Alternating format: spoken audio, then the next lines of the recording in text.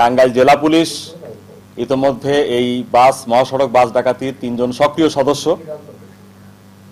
মুহিত, সবুজ এবং শরীফুজ্জামানকে আমরা গ্রেপ্তার করতে সক্ষম হয়েছি এবং লুণ্ঠনকৃত 3টি মোবাইল এবং ব্যবহৃত একটি অস্ত্র এবং 29,370 টাকা আমরা উদ্ধার করতে সক্ষম হয়েছি এবং এই ঘটনায় তারা প্রাথমিকভাবে স্বীকার করেছে এবং এই ঘটনার সাথে আরও কয়েকজন তাদের সাথে ছিল। আমরা সেই বিষয়গুলো নিয়ে তদন্ত করছি এবং আশা করছি খুব শিগগিরই এই ঘটনার পুরো রহস্য উদ্ঘাটন করতে আমরা সক্ষম হব।